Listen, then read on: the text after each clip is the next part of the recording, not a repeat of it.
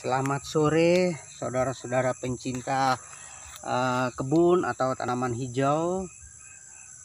Jumpa dengan saya Patrick. Hari ini saya mau berbagi tentang bagaimana bisa punya tanaman pepaya yang pokoknya hanya sekitar 50 cm sampai 1 meter tapi bisa berbuah lebat.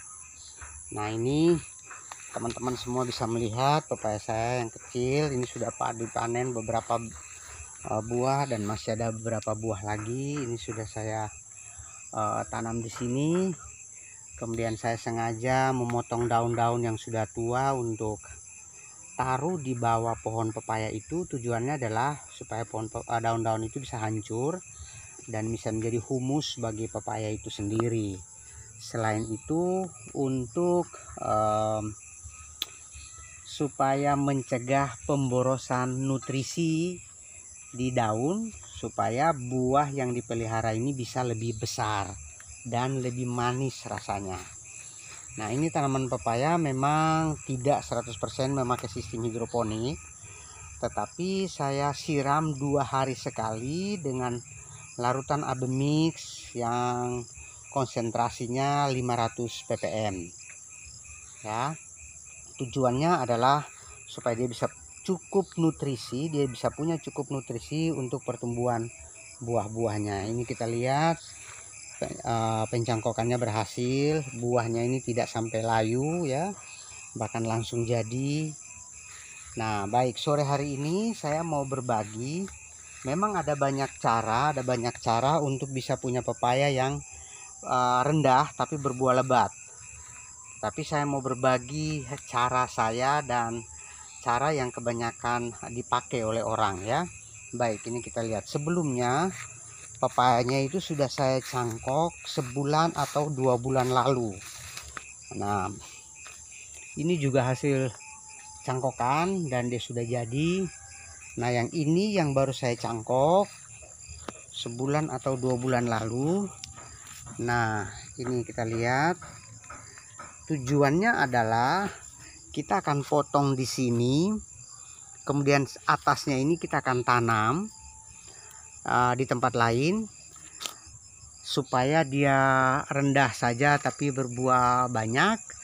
Dan kita tidak perlu khawatir. Kenapa? Karena perakarannya sudah terbentuk di sini.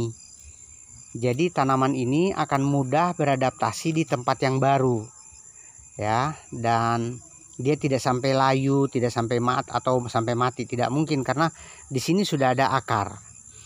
Dan untuk pokok yang ditinggal di sini ini jauh lebih bagus. Kenapa? Dia akan pendek saja segini, tapi dia akan mudah bercabang dan berbuah lagi. Kenapa?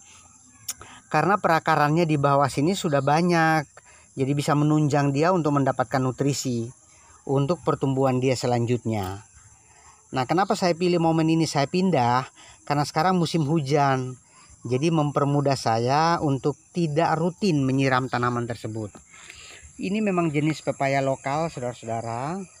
Tapi buahnya cukup besar dan cukup manis untuk dinikmati sebagai sumber vitamin C. Selain itu, daun-daunnya juga bisa dibikin sayur atau lalapan ya.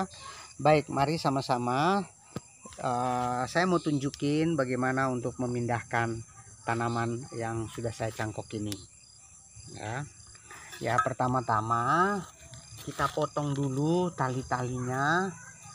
Ini tali juga, ini pokok ini saya kayu ini saya sengaja pakai sebagai spalak ya. Tujuannya adalah agar ini tidak mudah patah kalau diterpa angin ya. Nah, saya sengaja pakai jenis tanaman yang tidak mudah kering ya. Nah, ini tanaman ini sudah 2 bulan tapi dia tidak kering, bahkan dia bisa hidup, bisa tumbuh akar supaya tidak patah. Nah, di sini ini cangkokan saya, kita lihat sudah ada banyak akar. Ini akan saya buka dulu perlahan-lahan.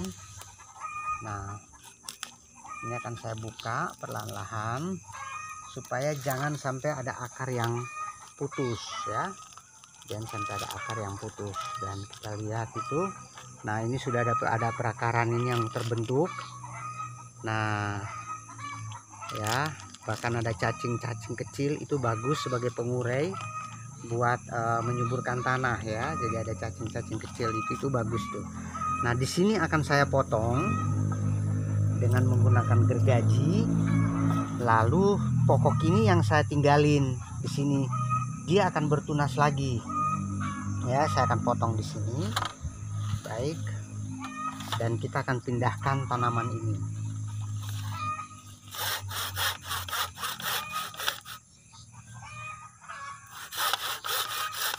Ya, ini perlahan saja karena memang pohon pepaya ini bukan jenis kayu atau tanaman yang keras ya, tapi gampang putus gitu ya.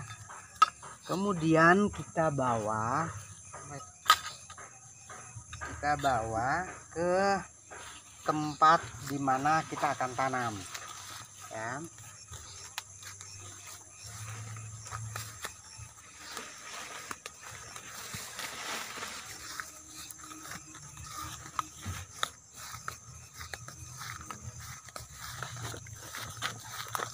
Ya, jadi teman-teman bisa lihat ini kolam sudah saya sediakan.